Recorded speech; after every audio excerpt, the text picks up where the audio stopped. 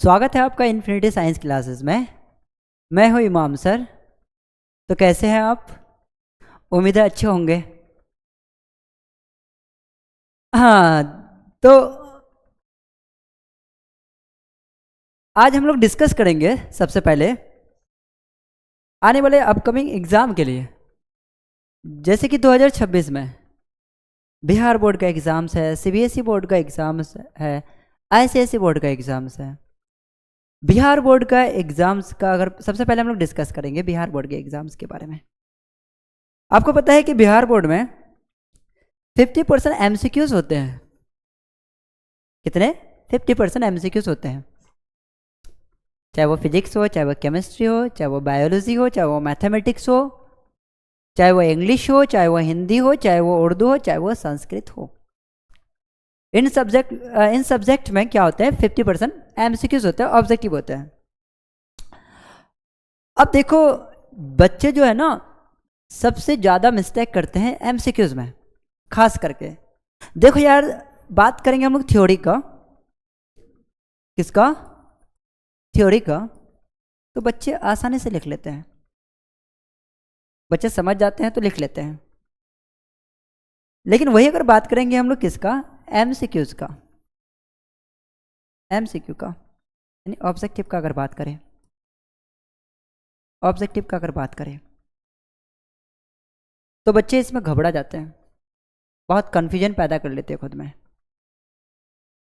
और जब final exam में बैठते हैं बच्चे, ऐसा उनको फील होता है कि मैंने 100% क्रैक कर लिया, लेकिन नहीं, वो मिस्टेक कर जाते हैं, है ना। बहुत सारे ऐसे क्वेश्चंस होते हैं जिसका ऑप्शंस देख के लगेगा कि यही आंसर होगा, लेकिन आंसर कुछ और निकलता है।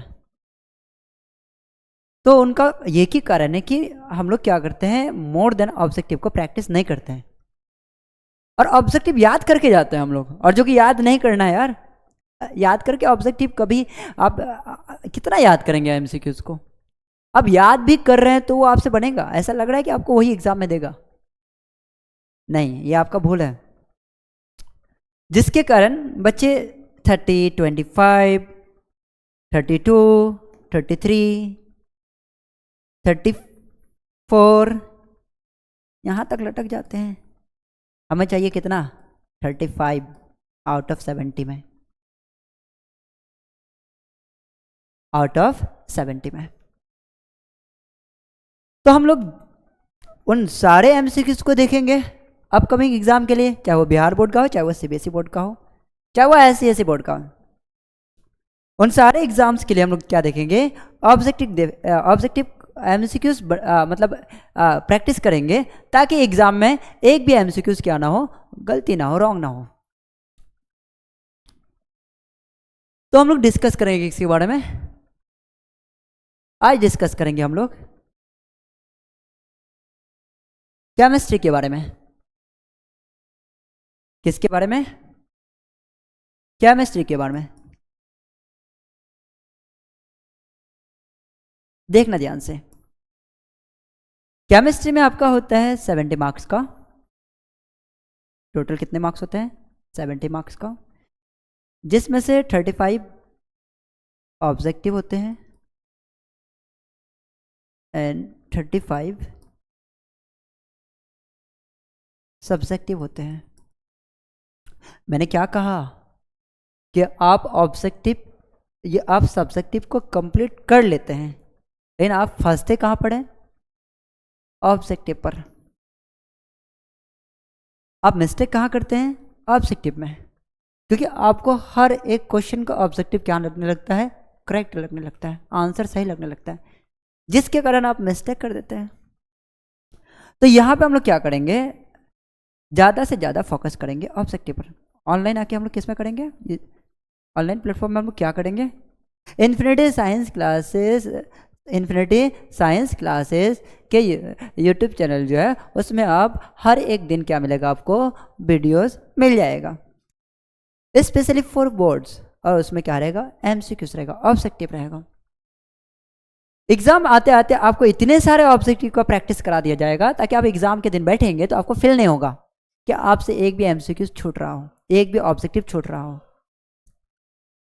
तो हम लोग वर्क किस पर करेंगे, ज़्यादा से ज़्यादा ऑब्जेक्टिव पर वर्क करेंगे, ज़्यादा से ज़्यादा समझेंगे, ज़्यादा से ज़्यादा प्रैक्टिस करेंगे, चीज़ों को डीपली समझेंगे। ऑब्जेक्टिव के माध्यम से बहुत सारे टॉपिक ऐसे होते हैं जो क्लियर होते हैं हम लोग का, ये भी आपको पता है। बाकी ये ऑब्जेक्टिव आपको आने वाले अपकमिंग और भी बहुत सारे एग्जाम में फ़ायदा करेगा, जैसे आपका पैरामेडिकल के एग्ज़ाम्स हो, सीयूईटी का एग्ज़ाम्स हो, है ना, जेएनएम वगैरह हो, तो इन सब एग्ज़ाम में भी आपको क्या करेगा, हेल्प करेगा। तो आइए आज का लेक्चर स्टार्ट करते हैं हम लोग किसके साथ, केमिस्ट्री के। आपको पता है कि केमिस्ट्री में कितना 35 ऑब्जेक्टिव होंगे, और इस 35 ऑब्जेक्टिव को हम लोग क्या करेंगे, 35 मार्क्स लेने के लिए, है ना, पूरा का पूरा 35 मार्क्स चाहिए हम लोग को। कितना में रहेगा ये, आउट ऑफ 70 में रहेगा, 70 ऑब्जेक्टिव में रहेगा, 35 हम लोग को चाहिए। और ये 35 करेक्ट करेंगे हम लोग, सही करेंगे। तो सही करेंगे तो उसके लिए क्या करना पड़ेगा, उसके लिए आपको पूरा वीडियो देखना पड़ेगा, हर एक पॉइंट को देखना पड़ेगा, क्योंकि हर एक पॉइंट आपके लिए क्या होगा, इंपॉर्टेंस होगा। मैं आपको एमसीक्यूज यानी ऑब्जेक्टिव दूसरे टाइप से डिस्कस करूंगा, ताकि आपको सब्जेक्टिव भी समराइज हो जाए, आपको उनके चैप्टर के बारे में भी समराइज हो जाए, आपको पता हो जाए। आपको पता तो चलना चाहिए ना। तो सबसे पहले हम लोग क्या करेंगे, मोटा मोटी चैप्टर का क्या देखेंगे, समरी देखेंगे कि ये चैप्टर में मेन इंपॉर्टेंट पॉइंट है क्या, उन सबको डिस्कस करेंगे। फिर हम लोग क्या करेंगे, एमसीक्यूज प्रैक्टिस करेंगे। तो आइए आइए आज हम लोग डिस्कस करेंगे, आज हम लोग डिस्कस करेंगे केमिस्ट्री के ऑर्गेनिक पार्ट को। किसको, ऑर्गेनिक केमिस्ट्री को।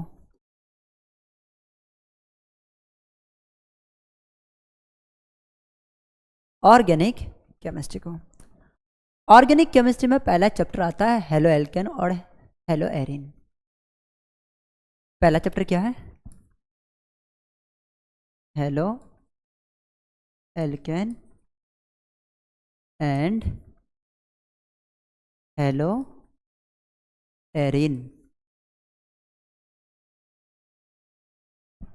पहले समझिए हेलो एल्केन और हेलोरिन का मतलब क्या होता है।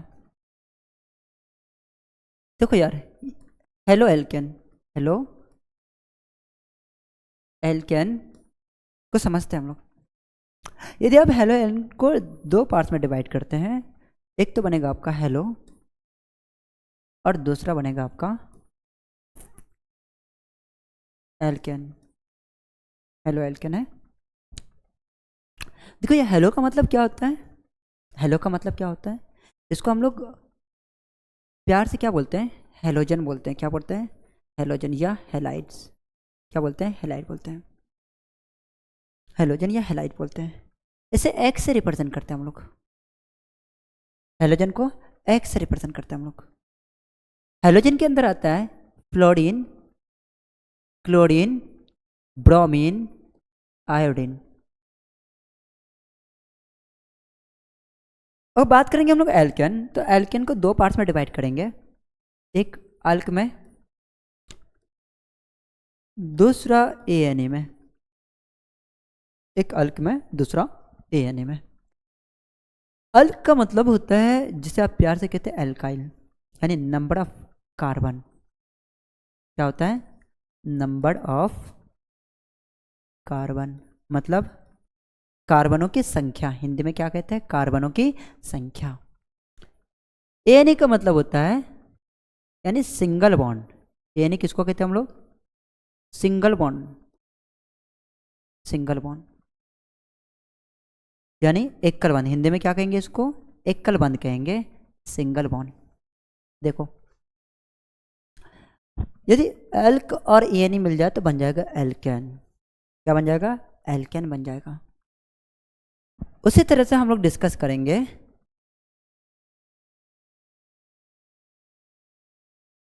हेलो एरिन को। किसको, हेलो एरिन को। हेलो एरिन को दो पार्ट्स में डिवाइड करेंगे, एक तो हेलो, दूसरा एरिन। अगर बात करेंगे हेलो को, तो हेलो को भी हम लोग किससे रिप्रेजेंट करेंगे, एक्स से रिप्रेजेंट करेंगे। और एक्स का मतलब क्या हो गया, फ्लोरीन, क्लोरीन, ब्रोमीन और आयोडीन। एरिन को दो पार्ट्स में डिवाइड करेंगे, एक AR और दूसरा ENE। AR का मतलब होता है एरोमेटिक, क्या कहते हैं इसको हम लोग, एरोमेटिक कंपाउंड का बात करेंगे, एरोमेटिक यौगिक का बात करेंगे हम लोग। एरोमेटिक आप किसको कहते हैं सर, बेंजीन प्रोडक्ट को हम लोग एरोमेटिक कहते हैं। ध्यान से देखना। अगर बात करें ENE का मतलब होता है डबल बॉन्ड। क्या होता है, डबल बॉन्ड होता है। यानी आप हिंदी में इसको क्या कहते हैं, द्वि आबंध कहते हैं। क्या कहते हैं,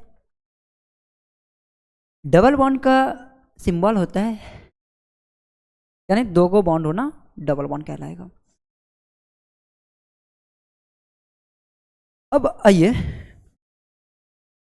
halo alkane and hello Erin को आपने समझ लिया कि ये जो हेलो एल्केन और हेलो एरिन का मतलब क्या होता है ना। हेलो एल्केन और हेलो एरिन का वर्गीकरण का बात करें, अगर हम लोग क्लासिफिकेशन का अगर बात करें,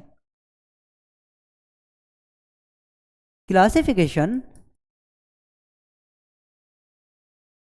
of halo alkane and hello Erin, hello Erin यानी हेलो एल्केन और हेलो एरिन का वर्गीकरण क्या होता है, हिंदी में भी लिख देते हैं, हेलो हेलो एल्केन और हेलो एरिन का वर्गीकरण। हेलो एल्केन और हेलो एर्गिन का वर्गीकरण के आधार पर अगर हम लोग देखेंगे, है ना, तो हेलो एल्केन को तीन भागों में बांटा गया है, mono halo alkane, di halo alkane और ट्राई हेलो एल्केन। उसी तरह हेलो एरिन को भी बांटा गया है, mono halo arene, di halo arene and tri halo Erin. देखो यार, सबसे पहले हम लोग ये सबको डिस्कस कर लेते हैं फटाफट, मोटा मोटी क्या होता है, उसके बाद हम लोग ऑब्जेक्टिव में आएंगे डायरेक्टली। तो देखो बच्चों, हेलो एल्केन कितने भागों में बांटा तुमने, mono halo alkane, di halo alkane और tri halo alkane. Halo Erin का अगर बात करेंगे तो mono halo arene, di halo arene and tri halo arene. अब यहाँ पे इंपॉर्टेंट पार्ट्स ये निकल के आता है कि classification of halo alkane and hello Erin, यानी हेलो एल्केन और हेलो एरिन का वर्गीकरण हम लोग sp3 CX बॉन्ड के आधार पर देखेंगे, बंध के आधार पर देखेंगे, हिंदी में बंध कहते हैं बॉन्ड को। तुम बोलोगे सर ये sp3 क्या होता है, तो आपको पता होगा कि sp3 एक क्या होता है, हाइब्रिडाइजेशन होगा। क्या होगा, हाइब्रिडाइजेशन होता है, जिससे आप प्यार से हिंदी में इसको संकरण कहते हैं। क्या कहते हैं, संकरण कहते हैं। यह सिग्मा बंध पर निर्भर करता है, यह सिग्मा बंध पर निर्भर करता है, निर्भर करता है कौन, हाइब्रिडाइजेशन, है ना। यह किस पर डिपेंड करता है, यह सिग्मा बॉन्ड पर डिपेंड करता है, सिग्मा बॉन्ड पर डिपेंड करता है, यानी बंध को क्या कहते हैं, बॉन्ड कहते हैं, यह सिग्मा बॉन्ड पर निर्भर करता है। आपको पता होगा कि सिग्मा, जैसे कि 2 सिग्मा हो तो उसको हम लोग कहते हैं sp, 3 सिग्मा हो तो उसको हम लोग कहते हैं sp2, 4 सिग्मा हो तो उसे कहते हैं हम लोग sp3, 5 सिग्मा हो तो उसे कहते हैं हम लोग sp3d। ऐसे बहुत सारे हैं। तो ये किस पर निर्भर करता है, ये सिग्मा बॉन्ड पर निर्भर करता है, कौन, हाइब्रिडाइजेशन। देखो अभी तो ये मोटा मोटी हम बता रहे हैं, बाकी अभी उतना एक्सप्लेनेशन नहीं कर सकते, यहाँ पे उतना वक्त नहीं है, उतना टाइम नहीं है ना, कि सिग्मा बॉन्ड फिर कैसे पता करेंगे, है ना, पाई बॉन्ड। अगर देखना चाहोगे तो 1 मिनट के लिए देख सकते हो, जैसे कि हाइड्रोजन और हाइड्रोजन के बीच में क्या होता है, सिंगल बॉन्ड होता है। ऑक्सीजन और ऑक्सीजन के बीच में कौन सा बॉन्ड होता है, डबल बॉन्ड होता है। नाइट्रोजन और नाइट्रोजन के बीच में कौन सा बॉन्ड होता है, ट्रिपल बॉन्ड होता है। आपको पता होगा कि जहाँ पे सिंगल बॉन्ड होता है वहाँ पे सिग्मा होता है, जहाँ पे डबल बॉन्ड होता है वहाँ 1 पाई 1 सिग्मा होता है, और जहाँ पे ट्रिपल होता है वहाँ पे 2 पाई 1 सिग्मा होता है।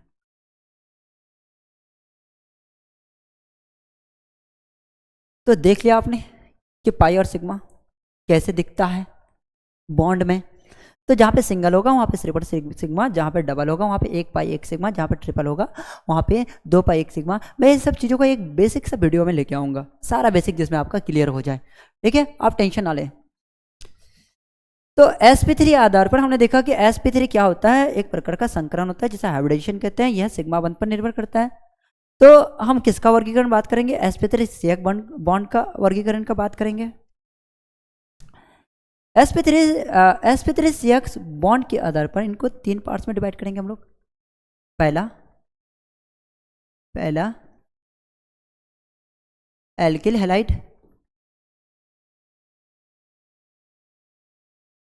हैलाइड, जिसे एल्काइल हैलाइड कहते हैं आप, एल्काइल हैलाइड। ध्यानपूर्वक देखना। देखो यार अब समझ जाते हैं, 1 बाय 1 लिखते जाएंगे, हम समझते जाएंगे।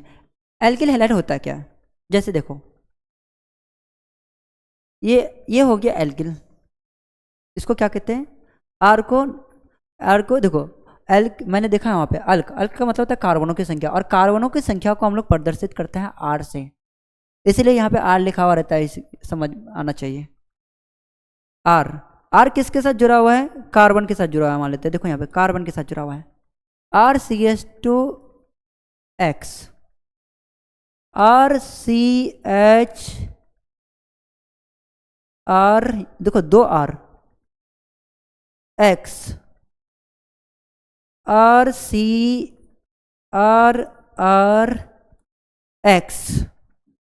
तो देखो यहाँ पे ये जो हैलाइड ग्रुप है, ये जो X है, ये कार्बन के साथ जुड़ा हुआ है, और इनके साथ कितने एल्काइल ग्रुप जुड़ा हुआ है, इनके साथ एक एल्काइल ग्रुप जुड़ा हुआ है, इसलिए इसको कहा जाता है प्राइमरी हैलाइड। इसको क्या कहते हैं, प्राइमरी हैलाइड कहते हैं। प्राथमिक हैलाइड हिंदी में क्या कहेंगे, प्राथमिक हैलाइड। और ये जो दिख रहा है आपको, इसको कहेंगे हम लोग, देखो हेलोजन जिस कार्बन से जुड़ा हुआ है उससे कितने आर जुड़ा हुआ है, एल्किल ग्रुप 2, इसको कहेंगे सेकेंडरी हैलाइड। जैसे प्राइमरी हैलाइड को 1 डिग्री कहते हैं, सेकेंडरी हैलाइड को 2 डिग्री कहते हैं। मैं सिर्फ आपको समराइज कर रहा हूँ, याद दिला रहा हूँ। 3 एल्काइल ग्रुप जुड़ा हुआ है, इसलिए इसको बोलेंगे टर्सरी हैलाइड। की बात करते हैं हम लोग, किसका बात करेंगे, टर्सरी हैलाइड का बात करते हैं हम लोग। देखो अब देखो यार यहाँ पे देखो, ये तीनों का तीनों क्या बनाएगा, याद रखना, sp3 बनाएगा। क्या बनाएगा, sp3 बनाएगा। ये भी sp3 बनाएगा, ये भी sp3 बनाएगा, ये भी sp3 बनाएगा। क्यों, क्योंकि कितने सिग्मा बॉन्ड है, 1 और 2, 3 और 1 4, यानी 2 हाइड्रोजन का मतलब जितने हाइड्रोजन होंगे उतना सिग्मा बॉन्ड होगा। यहाँ पे देखो 1 2 3 और 1 4, यहाँ पे देखो 1 2 3 और 1 4। तो ये क्या हो गया तुम्हारा, sp3 कंपाउंड हो गया। कौन सा, एल्किल हैलाइड। यानी कार्बन कार्बन क्या होगा, सिंगल बॉन्ड, और हेलोजन ग्रुप जुड़ा हुआ रहेगा। हेलोजन ग्रुप जिस कार्बन से जुड़ा हुआ वो भी सिंगल बॉन्ड से ही जुड़ा हुआ रहेगा। बात करेंगे हम लोग दूसरे नंबर का, उसे कहते हैं हम लोग allylic halide. Allylic halide, English में इसको कहते हैं एलाइलिक हैलाइड। एलिलिक हैलाइड किसको कहेंगे हम लोग, जैसे कि देखो कार्बन कार्बन के बीच में डबल बॉन्ड, और उसके बाद एक सिंगल बॉन्ड का साथ कार्बन जुड़ा हुआ है, उस कार्बन के साथ एक हेलोजन ग्रुप जुड़ा हुआ रहेगा, इसे कहते हैं एलिलिक हैलाइड। यानी जो हेलोजन एलिलिक हैलाइड क्या होगा, ध्यान से सुना, एलिलिक हैलाइड क्या होगा, X जिस कार्बन से जुड़ा हुआ है उस तुरंत बाद दूसरे कार्बन के साथ देखो यहाँ पे कार्बन कार्बन क्या होगा, डबल अटैच बॉन्ड होगा। क्या सर ये एलिलिक हैलाइड हो सकता है, CH डबल बॉन्ड CHX, क्या ये एलिलिक हैलाइड हो सकता है, क्या हो सकता है क्या, बोलेंगे बिल्कुल भी नहीं, बिल्कुल भी नहीं। क्यों? क्योंकि ये sp3 संकरण यानी हाइब्रिडाइजेशन नहीं होगा। 1 सिग्मा 2 सिग्मा और 1 सिग्मा 3 सिग्मा हो रहा है, और 3 सिग्मा को क्या कहते हैं? sp2 कहते हैं। इसलिए क्या हो गया? रॉन्ग हो गया। तो याद रखना। और चाहे वो एल्किल हैलाइड हो चाहे वो एलिलिक हैलाइड हो, ये 1 डिग्री 2 डिग्री और 3 डिग्री तीनों बनाता है। 1 डिग्री 2 डिग्री 3 डिग्री तीनों का फॉर्मेशन करता है, तीनों बनाता है। तीसरा नंबर है benzylic halide. Benzylic halide, Hindi में इसको क्या कहते हैं? बेंजाइलिक हैलाइड ही कहते हैं। बेंजाइलिक हैलाइड का मतलब क्या हो गया? सर एक बेंजीन ले लेते हैं, ले लिया हमने, उस बेंजीन के साथ एक कार्बन ग्रुप को जोड़ देते हैं, उस कार्बन के साथ एक हेलोजन ग्रुप जोड़ देते हैं, उससे कहते हैं बेंजाइलिक हैलाइड। सर क्या अगर सर यदि बेंजीन के साथ डायरेक्टली हेलोजन ग्रुप को जोड़ दे तो क्या ये नहीं हो सकता है? तो हम बोले बिल्कुल भी नहीं हो सकता है। तुम बोलोगे सर क्यों? क्योंकि देखो हम लोग को चाहिए sp3, और sp3 के लिए 4 सिग्मा बॉन्ड चाहिए, और आपको पता है कि बेंजीन के पास क्या होता है? डबल बॉन्ड होता है। और ये हेलोजन ग्रुप अगर जोड़ दिया डायरेक्टली हमने तो 1 सिग्मा 2 सिग्मा और एक 3 सिग्मा होगा, और 3 सिग्मा को क्या कहेंगे हम लोग? sp2 कहेंगे, जो कि पॉसिबल नहीं है। इसीलिए हमने क्या किया? एक बेंजीन लिया, और बेंजीन के साथ देखो यहाँ पे एक बेंजीन लिया और उसके साथ एक कार्बन ग्रुप रहा, उस कार्बन के साथ एक हेलोजन रहा, अब जाके हुआ ये sp3। क्योंकि 2 हाइड्रोजन का मतलब था 2 सिग्मा, एक 3 और एक 4, और 4 सिग्मा को क्या कहते हैं हम लोग? sp3 कहते हैं। इसलिए इसको क्या नाम पड़ा? Benzylic halide. नेक्स्ट देखो, sp2 CX बॉन्ड का बात करेंगे, CX बॉन्ड का बात करेंगे, बंद का बात करेंगे, इनके आधार पर बात करेंगे। सबसे पहले देखेंगे इसमें एरिल हैलाइड, किसका बात करेंगे? एरिल हैलाइड का बात करेंगे।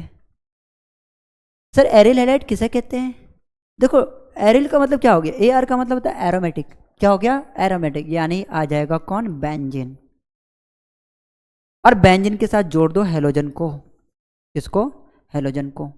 बेंजीन के साथ डायरेक्टली अटैच होगा क्या? हेलोजन। क्यों? क्योंकि चाहिए हम लोग sp2, और sp2 के लिए कितना सिग्मा चाहिए? 3 सिग्मा, क्योंकि बेंजीन, देखो ये बेंजीन रहा, अब ये बेंजीन रहा, और बेंजीन के साथ ये X है। मान लेते हैं यहाँ पे देखो ये बेंजीन का मैंने गोला को बीच से हटा दिया, double bond double bond double bond, और ये रहा, ये देखो ये सिग्मा है, ये सिग्मा है, ये भी सिग्मा है। कितने सिग्मा आ गया? 3 सिग्मा आ गया, और 3 सिग्मा को क्या कहेंगे? sp2 कहेंगे। आया समझ में? इसलिए बेंजीन के साथ डायरेक्टली अटैच किया जाता है, किसको? हेलोजन ग्रुप को। फिर आ जाओ दूसरा नंबर में वाइनेलिक हैलाइड को। वाइनेलिक हैलाइड का बात करेंगे। इंग्लिश में इसको कहते हैं विनाइलिक हैलाइड, विनाइलिक हैलाइड कहते हैं इसको। थोड़ा ऊपर नीचे है, ज़्यादा नहीं है हिंदी इंग्लिश। वाइनेलिक हैलाइड की बात करते हैं कि carbon carbon attach double bond, यानी कार्बन को कार्बन के साथ डबल बॉन्ड के साथ जोड़ दिया, कार्बन को कार्बन डबल बॉन्ड के साथ जोड़ दिया जाए, उसके तुरंत बाद एगो हेलोजन रख दिया जाए। यही होता है वाइनेलिक हैलाइड। क्यों? क्योंकि हमको चाहिए sp2, और 1 सिग्मा बॉन्ड 2 सिग्मा बॉन्ड और 1 सिग्मा बॉन्ड 3 सिग्मा और 3 सिग्मा बॉन्ड को क्या कहते हैं? sp2 कहते हैं। क्या सर इसका एग्जाम्पल ये हो सकता है? तो हम बोलेंगे बिल्कुल हो सकता है। देखो क्यों? क्योंकि कार्बन कार्बन के बीच में कौन सा बॉन्ड है? डबल बॉन्ड है, उसके तुरंत बाद कौन है? हेलोजन है। ठीक है, क्या ये हो सकता है सर? क्या ये हो सकता है? मान लेते हैं यहाँ पे, देखो क्या ये हो सकता है? बोलेंगे बिल्कुल भी नहीं, ये नहीं हो सकता है। क्यों? क्योंकि कार्बन कार्बन के बीच में डबल बॉन्ड है, उसके बाद सिंगल बॉन्ड है, फिर हेलोजन है, जो कि sp3 हो जाएगा, और चाहिए क्या हमें? sp2। तो क्या सर ये हो सकता है, क्या ये हो सकता है? तो हम बोलेंगे बिल्कुल हो सकता है। क्यों? क्योंकि ये एक कार्बन है, एक कार्बन यहाँ पे है, कार्बन कार्बन के बीच में डबल बॉन्ड, उसके तुरंत बाद क्या है, हेलोजन है, उसके तुरंत बाद हेलोजन है। भाई अच्छे से समझना है ना, मजाक मस्ती होते रहेगा। अभी मैं गाना भी सुनाऊंगा तुम लोगों को, टेंशन क्या लेता है ना? सर अभी सुना दीजिए, नहीं, पहले थोड़ा समझ लो, है ना, फिर गाना सुनाएंगे तुम लोगों को। आ जाओ। तो हम लोग ने देखा haloalkane and hello Erin का वर्गीकरण, है ना, sp3 और sp2 के आधार पर देखा हम लोग ने। sp3 में कौन कौन आता है और sp2 में कौन कौन आता है। देखो यहाँ से भी बिहार बोर्ड में MCQs पूछे जाते हैं, CBSE बोर्ड में भी पूछे जाते हैं, ठीक है, खास करके बिहार बोर्ड में ये सब क्वेश्चन नॉर्मली आना। तो ये दोनों टॉपिक तुम sp3 और sp2 अच्छे से दिमाग में सेटिंग कर लेना। यहाँ से एक दो ऑब्जेक्टिव देखने को मिलता है हर साल बिहार बोर्ड में। आइए,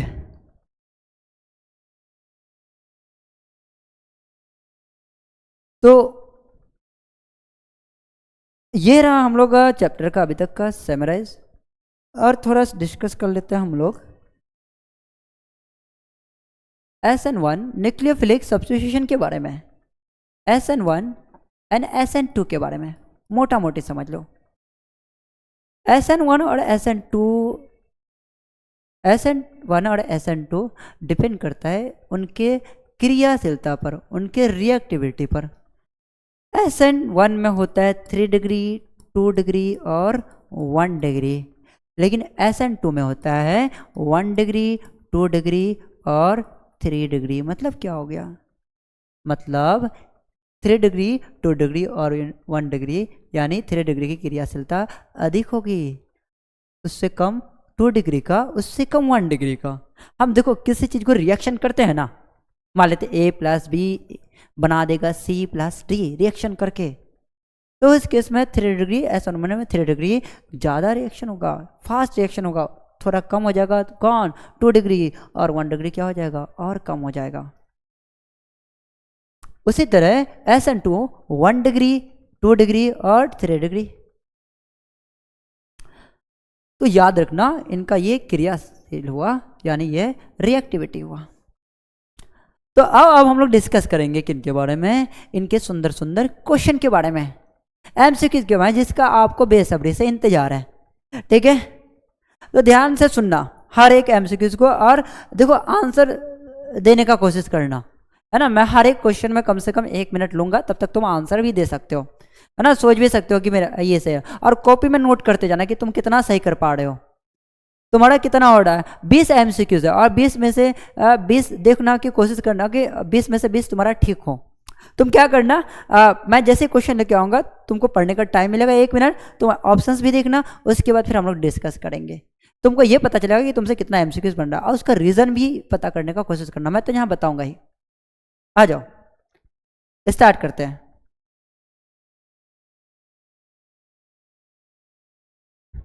देखो ये है पहला क्वेश्चन, नंबर मिसिंग है, पहला क्वेश्चन है। पहला क्वेश्चन क्या कह रहा है, ध्यान से सुनना। विच of the following is the correct order of CX bond strength. इनका कहने का मतलब है कि CX बॉन्ड की शक्ति का सही क्रम कौन सा है, वही स्ट्रॉन्ग का बात कर रहा है ना। जैसे कि मैं आपका बात अगर करूं, आप जब घर चेयर में बैठ जाते हैं पढ़ने के लिए, तो 6 घंटा आराम से पढ़ लेते होंगे। आप में से कुछ बच्चा तो 8 घंटा भी पढ़ लेते हैं, कुछ बच्चा 10 घंटा भी पढ़ लेते हैं एक साथ में। आपका वो, आपके अंदर वो स्ट्रांगनेस है, आप कुछ भी कर सकते हैं। आ जाओ, आप सारे बच्चे अच्छे हैं, बहुत अच्छे बच्चे हैं, बहुत। तो यहाँ पे किसका बात कर रहा है, CX बॉन्ड की शक्ति का बात कर रहा है।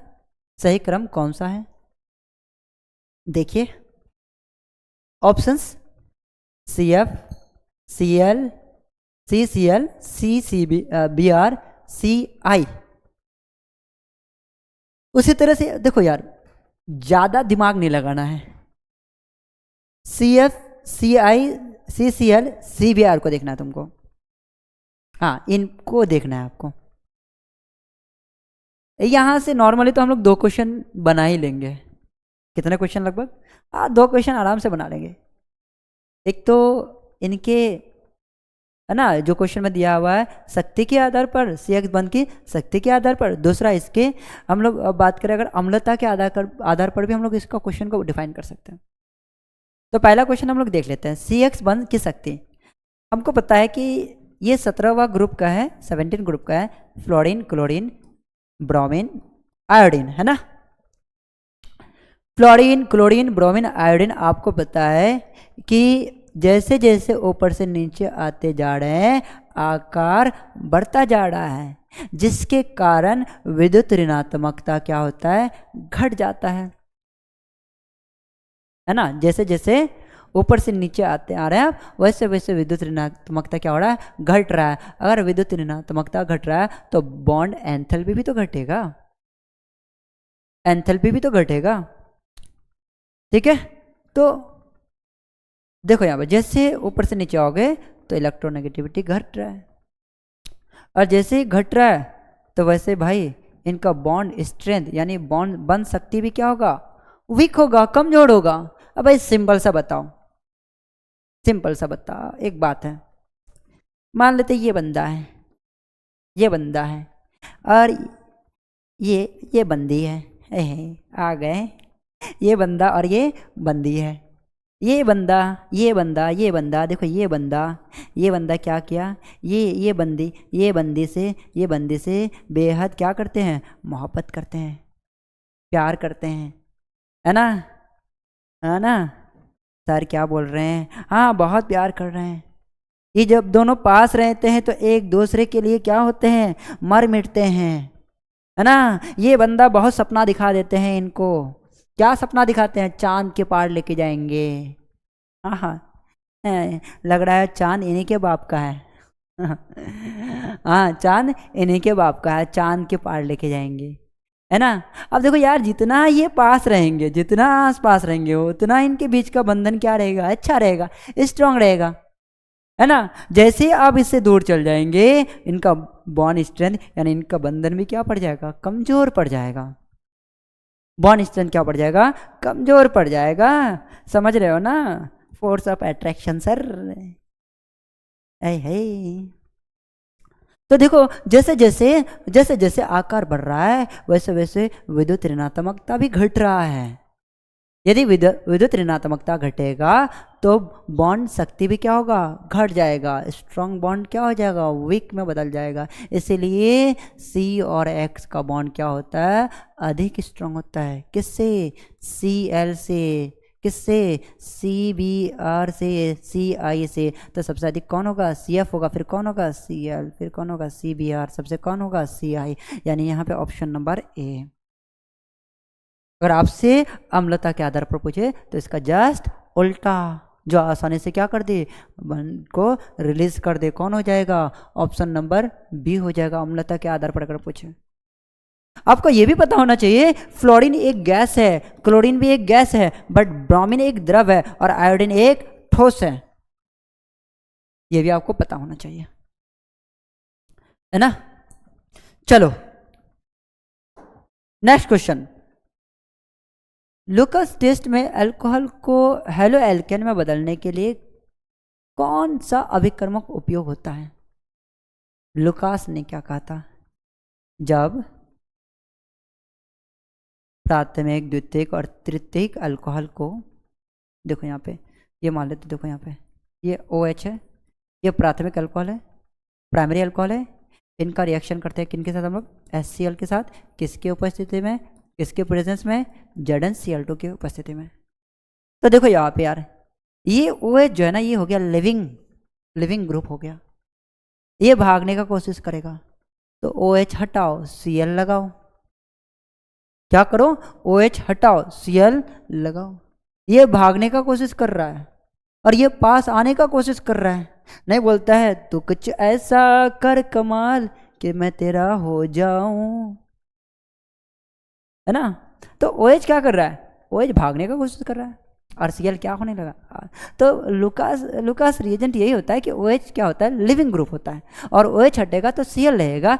आ जाओ Cl को लेकर OH को भगा दो H2O के साथ, OH के साथ H को साथ H प्लस OH H2 बन जाएगा एल्किल हैलाइड। और यही हम लोग को चाहिए एल्किल हेलो एल्केन में, हेलो एल्केन में चाहिए हम लोग को।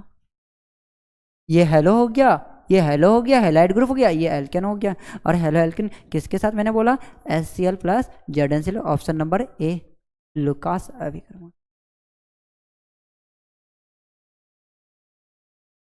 नेक्स्ट क्वेश्चन, निम्न में से कौन सा एक प्राथमिक एल्किल हैलाइड है? Which of the following is an example of primary alkyl? क्या बता सकते हैं? यस सर बता सकते हैं, आपने अभी भी बताया, आपने अभी अभी बताया। देखो यार ये तो कोई ये श्रेणी में नहीं आता है, प्राथमिक द्वितीयक और तृतीयक सीरीज में नहीं आता, ये इसकी श्रेणी में नहीं आता है, इसको हटा लो क्योंकि एक ही कार्बन है। अब इस पर थोड़ा फोकस करते हैं। हेलोजन ग्रुप यानी क्लोरीन जिस कार्बन से जुड़ा हुआ है उससे एक ही कार्बन है, बिल्कुल हो गया प्राइमरी। अब तुम बोलोगे सर इसका क्यों नहीं होगा, क्योंकि क्लोरीन जिस कार्बन से जुड़ा हुआ है उसके साथ दो कार्बन ग्रुप जुड़ा हुआ है, एक CH3 दो बार है तो दो जुड़ा हुआ है, दो का मतलब होता है सेकेंडरी, इसलिए आंसर कौन हो गया बी। तीन का मतलब होता है टर्सरी, तो ये दोनों तो होगा नहीं, ऑप्शन नंबर बी।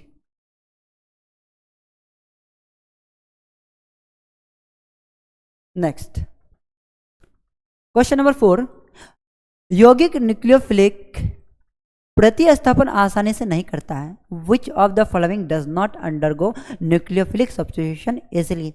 मैं तुमको एक ट्रिक बता दे रहा हूँ। SN1 यानी न्यूक्लियोफिलिक वही है ना, न्यूक्लियोफिलिक पढ़ते हैं, SN1 और SN2 है ना, SN2 किसमें आसानी से प्रतिस्थापित नहीं कर पाता है। देखो यार आपको पता है इसमें आसानी से कर लेगा है ना, इसमें आसानी से करेगा, इसमें भी आसानी से कर लेगा। क्यों? क्योंकि इसमें कौन है, बेंजीन है, और बेंजीन में क्या होता है आपको पता है, डबल बॉन्ड होता है। क्या होता है, डबल बॉन्ड होता है, और डबल बॉन्ड के कारण यहाँ पे रेजोनेंस इफेक्ट होता है, अनुनाद प्रभाव होता है। कौन सा प्रभाव होता है, अनुनाद प्रभाव होता है, और जो कि अनुनाद प्रभाव में SN2 वर्क नहीं हो पाता है, क्रिया नहीं कर पाते हैं, इसीलिए क्या होगा, answer B, option number B, जो आसानी से नहीं कर पाता है।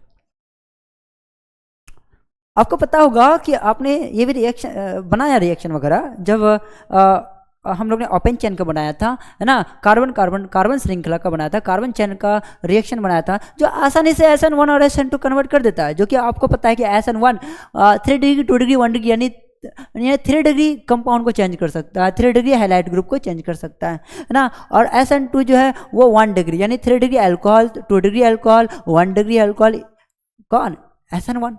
और आपको पता है 1 डिग्री 2 डिग्री 3 डिग्री इनका क्रियाशीलता कम होता है, इनका क्रियाशीलता कम होता है, किसके आधार पर, इनका क्या होता है ऑर्डर, 1 डिग्री 2 डिग्री 3 डिग्री, यानी 1 डिग्री का क्रियाशीलता अधिक होगा 2 डिग्री से, 2 डिग्री का अधिक होगा 3 डिग्री से, पर इनका 3 डिग्री का अधिक होगा, उससे कम होगा 3 डिग्री, उससे कम कौन होगा, 1 डिग्री।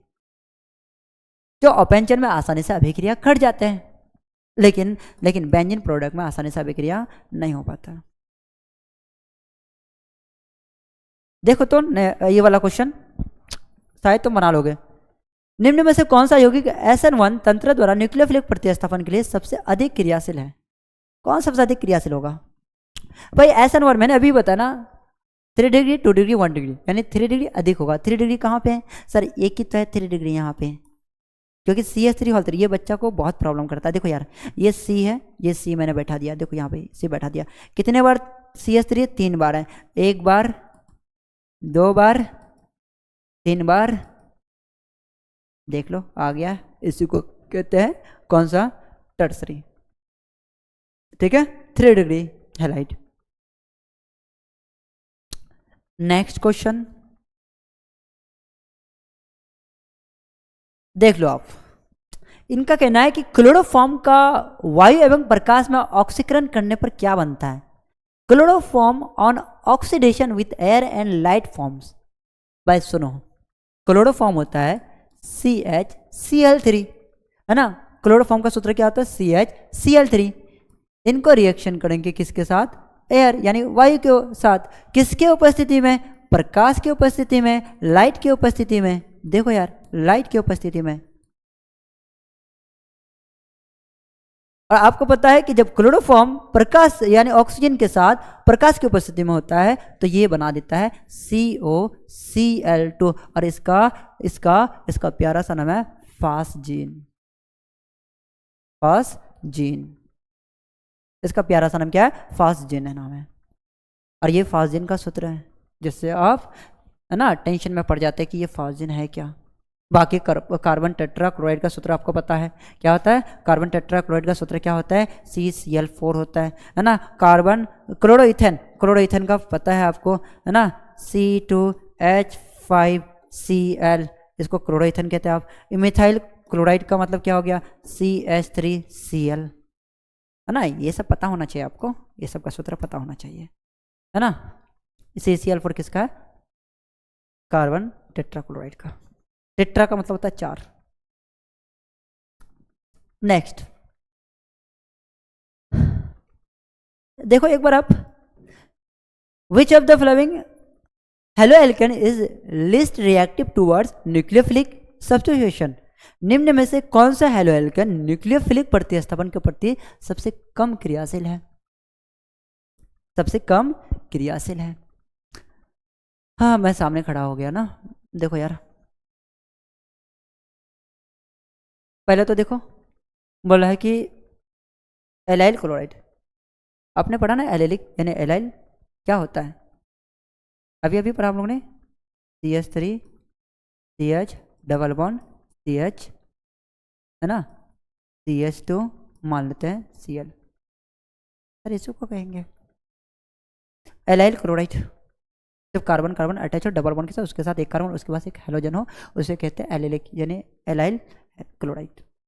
बेंजाइल क्लोराइड अभी अभी हम लोगों ने पढ़ा, बेंजाइल यानी बेंजीन के साथ एक CH2 उसके साथ एक Cl आ गया बेंजाइल क्लोराइड, इसको कहते हैं बेंजाइल क्लोराइड। ये सब का सूत्र पता होना चाहिए आपको, बहुत एग्जाम ऑब्जेक्टिव में पूछा जाता है। देखो ये मत समझो कि यहाँ पे एक क्वेश्चन है, यहाँ पे चार चार क्वेश्चन है यार। अब देखो यहाँ पे वेनाइल क्लोराइड, वेनाइल क्लोराइड का मतलब क्या हो गया, आपने पढ़ा कि कार्बन कार्बन के बीच में कौन सा बॉन्ड हो, डबल बॉन्ड हो, और उसके तुरंत बाद क्या हो, एक हेलोजन ग्रुप हो, उसी को कहते हैं vinylic chloride, vinyl chloride. Ethyl chloride sir ये तो C2H5Cl यानी 2 कार्बन को इथ कहते हैं यानी इथाइल क्लोराइड। जो क्या बोला, हैलोएल्केन के न्यूक्लियोफिलिक प्रतिस्थापन के प्रति सबसे कम क्रियाशील भाई कौन होगा, बेंजीन प्रोडक्ट कम क्रियाशील होगा, क्योंकि ये कार्बोकेटाइन करेगा ना। कार्बोकेटाइन मान लेते हैं यहाँ पे अनुनाद भी हो रहा है, अनुनाद होने के लिए भी क्या चाहिए, है ना, अनुनाद तो आसानी से हो जाएगा। जो एक इलेक्ट्रोफिलिक होता है, दूसरा न्यूक्लियोफिलिक होता है, जो आसानी से अनुनाद कर सकता है, आसानी से अनुनाद कर सकता है तो ऑब्वियसली इसका क्रियाशीलता क्या होगा, कम होगा, क्रियाशीलता कम होगा। कौन, बी नंबर, कौन होगा, बी नंबर। सर क्रियाशीलता कम होगा बी नंबर का या फिर ए नंबर का, क्योंकि ए नंबर आपने या सॉरी सी नंबर का आपने अभी अभी कहा कि क्रियाशीलता के आधार पर, है ना, आपने क्या कहा सर कि सर कार्बन कार्बन के बीच में डबल बॉन्ड हो तो वह आसानी से अनुनाद करेगा, और अनुनाद करेगा तो उनका क्रियाशील न्यूक्लियोफिलिक प्रतिस्थापन क्रियाशील क्या होगा, कम होगा सर।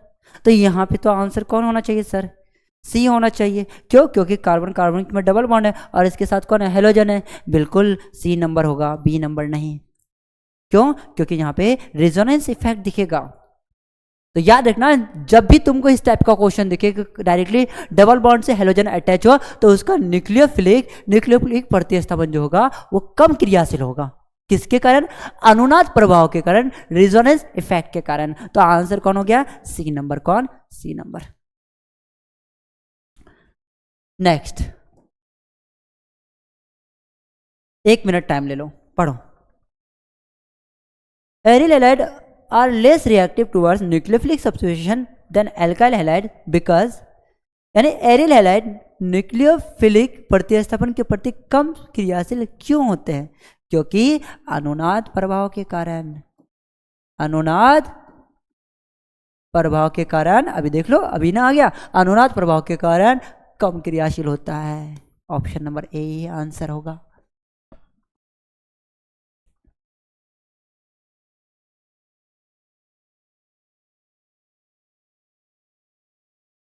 आ गया, आ गया, कौन आ गया? नेक्स्ट क्वेश्चन आ गया। देखो, which of the following reagent is use for the conversion of alkyl halides to alkanes.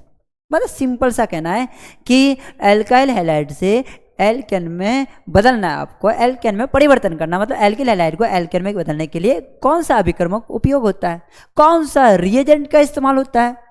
भाई आपको पता होगा एल्किल हैलाइड से एल्केन में बदलने के लिए हम लोग आसानी से ऊर्जा अभिक्रिया का इस्तेमाल कर सकते हैं। और ऑप्शंस में ऊर्जा अभिक्रिया कहाँ है सर? ऊर्जा अभिक्रिया तो यहाँ पे है। ऊर्जा अभिक्रिया यानी ड्राई ईथर का मतलब होता है शुष्क ईथर। क्या होता है? शुष्क ईथर। ऊर्जा अभिक्रिया का मतलब क्या होता है? When alkyl halide react with sodium in the presence of dry ether to gives high alkene.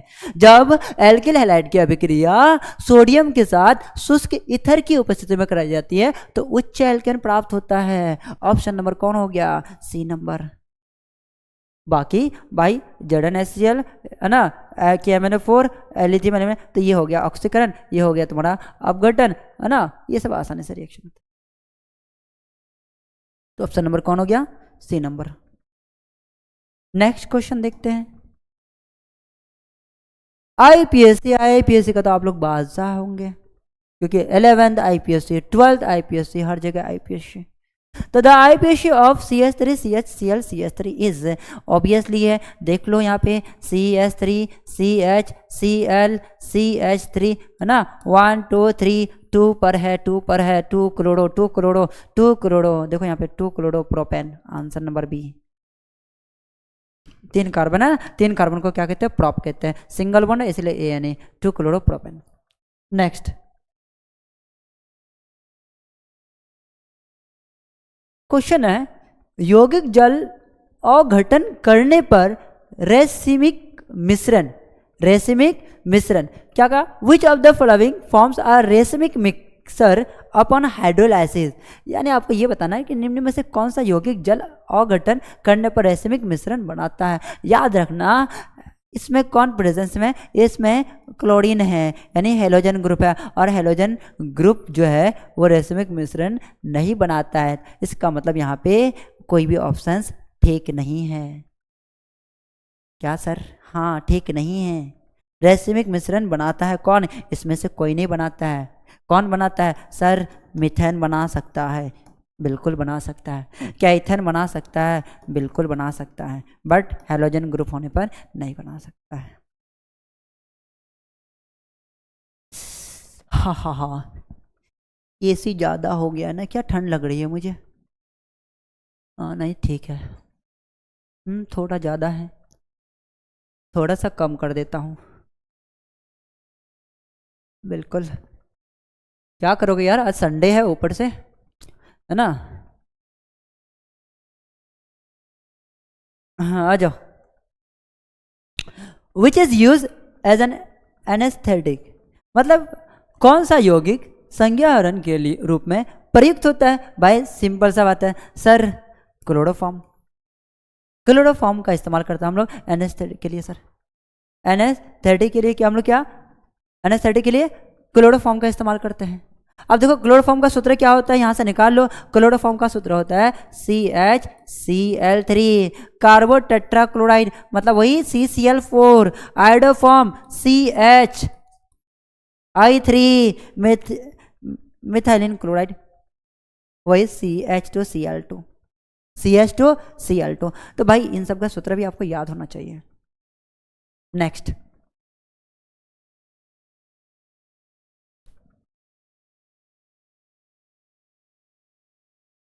The reaction of alkyl halide with alcoholic KOH gives. ये सिंपल सा बात है, एल्किल हैलाइड की अभिक्रिया अल्कोहल क्योएच के साथ कराने पर, याद रखना जब एल्किल हैलाइड की अभिक्रिया अल्कोहलिक क्योएच के साथ कराते हैं तो एल्किन प्राप्त होता है। क्या प्राप्त होता है? एल्किन। समझ लो यहाँ पे क्या बोला, एल्किल हैलाइड की अभिक्रिया, एल्किल हैलाइड की अभिक्रिया। देखो यहाँ पे एल्किल, ये एल्किल हो गया, ये हैलाइड हो गया, इनका अभिक्रिया कर दो किसके साथ? अल्को क्योएच के साथ, एल्को क्योएच के साथ, तो ये बना देगा क्या? एल्किन बना देगा। क्या बना देगा? एल्किन बना देगा, याद रखना। कौन बना देगा? एल्किन बना देगा। नेक्स्ट आ जाओ। Freon 12th is, Freon 12th is, Freon 12th is, sir Freon 12th, Freon का सूत्र होता है CCl2, CCl2F2, याद रखना, CCl2F2। निम्न में से कौन सा द्वितीयक हेलो एल्केन है ना? विच of the following is an example of secondary halo alkane? यार तुम तो ये खुद बता सकते हो, बताओ।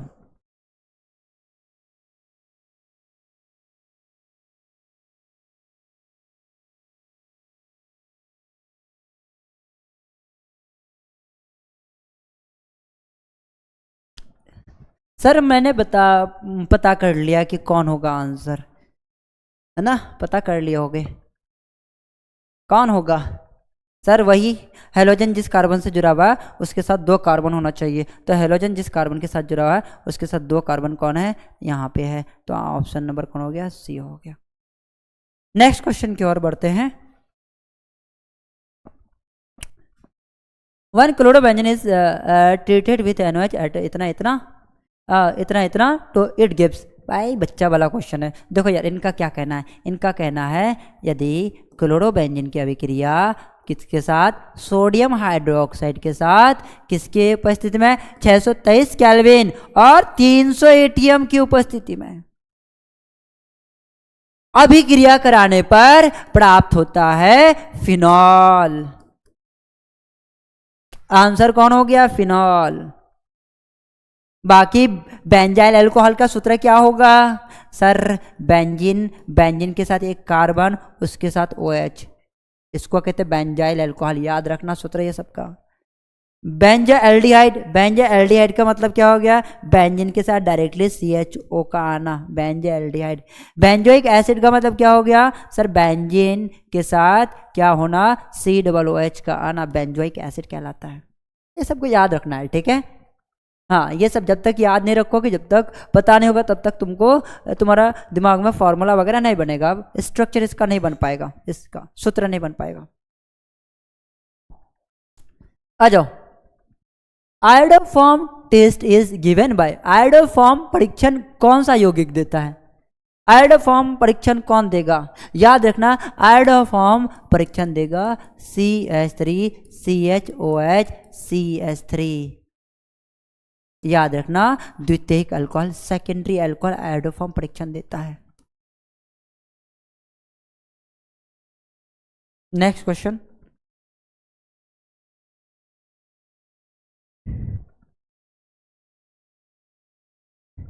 पढ़ लिया आप लोग ने? अरे इतना तो इजी क्वेश्चन है। Which of the following reaction is an example of Wurtz reaction? Wurtz अभिक्रिया का एग्जाम्पल इनमें से कौन है? भाई ऊर्ज ने क्या कहा था कि भाई कार्बन दुगुना होगा। क्या होगा? दुगुना होगा। समझ में आया? हाँ आ गया होगा। देखो यहाँ पे कितने कार्बन है? यहाँ पे 2 कार्बन है। कितने कार्बन बन गया? 4 कार्बन बन गया। देखो यहाँ पे यही तो ऊर्जा अभिक्रिया हुआ। क्यों? क्योंकि ऊर्जा अभिक्रिया किसके साथ अभिक्रिया करते? किसके साथ रिएक्शन करते हैं? सोडियम के साथ। ऊर्जा अभिक्रिया सोडियम के साथ रिएक्शन करते हैं, तो सोडियम के साथ रिएक्शन करने पर क्या मिलता है? दुगुना मिलता है। कितना मिलता है? दुगुना मिलता है। बाकी क्या कर लेंगे? बैलेंस कर लेंगे, है ना? क्या कर लेंगे? बैलेंस कर लेंगे। अगर यहाँ पे बैलेंस करना रहता तो आप क्या करते भाई? NaCl भी तो निकालता। मान लेते पूरा रिएक्शन बनाते तो क्या बन जाता? 2NaCl बन जाता है। सर क्यों? क्योंकि यहाँ पे कार्बन 4 आया था, यहाँ पर भी 2 रखेंगे, तो 2 ने कितना हो गया? 4। सोडियम को भी तो 2 रखेंगे, अब बैलेंस हो गया, 4 कार्बन। नेक्स्ट क्वेश्चन की ओर बढ़ते हैं।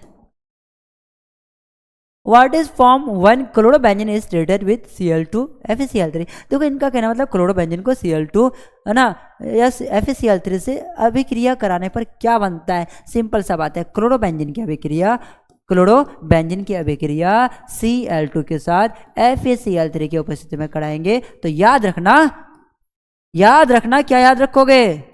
मुझे नहीं, क्वेश्चन को। डाइक्लोरोबेंजीन। क्या? डाइक्लोरोबेंजीन। याद रखना क्या मिलेगा आपको? डाइक्लोरोबेंजीन मिलेगा। हाँ हाँ हाँ, इतना क्वेश्चन इजी, बिल्कुल इजी क्वेश्चन है यार। उतना भी हार्ड क्वेश्चन नहीं है, टफ क्वेश्चन नहीं है, इजी क्वेश्चन है। आप धुआं उड़ा देंगे एग्जाम में, फाइनल एग्जाम में, मुझे यकीन है। नेक्स्ट क्वेश्चन आ जाओ, 20वां क्वेश्चन। क्लोरोबेंजीन में CCl1 के बारे में सही कथन कौन सा है? अब भाई क्लोरोबेंजीन में CCl1 के बारे में सही कथन कौन सा है? Which statement is correct about the CCl1 is chlorobenzene? एक बात बताओ, है ना, CCl1 क्लोरोबेंजीन में, ये है बेंजीन, ये है बेंजीन, और इस बेंजीन के साथ कौन है? इस बेंजीन, ये कार्बन है, यहाँ पे देखो ये कार्बन है और ये Cl है, तो CCl हो गया, CCl हुआ। अब ये CCl क्या होगा? ये वाले कंपाउंड से A नंबर में है, ये वाले कंपाउंड, इनका जो, हाँ, इनका जो मतलब स्ट्रेंथ है, यानी इसका ये क्या बोला पहले ऑप्शन में? It is weaker then in CH3Cl। बोल रहा है कि ये क्या होगा? ये कमजोर होगा, वीक होगा, किससे? इनसे। क्या पॉसिबल है ना? कोई रीजन ही नहीं है भाई। होता है ना हम लोग कि भाई इनको कमजोर बता रहा है और इनको स्ट्रांग बता रहा है, या फिर इसको कमजोर बता रहे हैं, इसको स्ट्रांग बता रहे हैं। कोई रीजन तो होना चाहिए ना, कोई रीजन ही नहीं है यहाँ पे। ठीक है, it is stronger than in CH3 due to resonance. बिल्कुल, आपको पता है कि अनुनाद प्रभाव के कारण ये क्या होता है? ये स्ट्रांग होता है, और ये क्या होता है भाई? क्यों? क्योंकि इसके पास एकल बॉन्ड है और इसके बाद डबल बॉन्ड है, यानी यहाँ पे सिंगल बॉन्ड है, यहाँ पे डबल बॉन्ड है, यहाँ पे रेजोनेंस होगा, रेजोनेंस के कारण ये क्या होता है? अधिक शक्तिशाली होता है। और ये वाला प्योरली आयनिक ना, it is purely covalent without resonance by, ऐसा थोड़ी ना है। तो आपने देखा डिफरेंट टाइप का क्वेश्चंस को। आई होप कि आपको समझ में आया होगा। आप क्या करना, अगर आपको कोई भी उसमें से डाउट हो क्वेश्चन में से, आप कमेंट बॉक्स में कमेंट कर देना, उसमें कमेंट डाल देना, मैं चेक कर लूंगा, फिर मैं आपको बता दूंगा। आप में से किसी को भी अगर कुछ प्रॉब्लम हो तो सबसे पहले हम लोग क्या, देखो पढ़ने का ये सही तरीका होता है, जब आप सबसे पहले डायरेक्टली मैं आता ऑब्जेक्टिव को आपको डिस्कस करा देता, फिर आप कुछ पढ़ने नहीं पड़ता आपका। सबसे पहले हम लोग ने क्या किया? चैप्टर के बारे में जाना, चैप्टर के बारे में थोड़ा हम लोग ने उसका बेसिक्स देखा, फिर हम लोग ने क्या किया? क्वेश्चंस किया। देखो जो मैंने बेसिक्स कराया उनमें से भी आपका बिहार बोर्ड में 1-2 क्वेश्चन पूछा ही जाता है। फिर अभी हम लोग ने जितने सारे क्वेश्चन किया, ये बिहार बोर्ड का इंपॉर्टेंट क्वेश्चन, जिसे MB भी आए कहते हैं, मोस्ट वेरी वेरी इंपॉर्टेंट। तो आई होप कि आप लोगों को समझ में आया होगा, है ना। तो मिलते हैं हम लोग नेक्स्ट वीडियो में। आज की इतना ही। Thank you so much.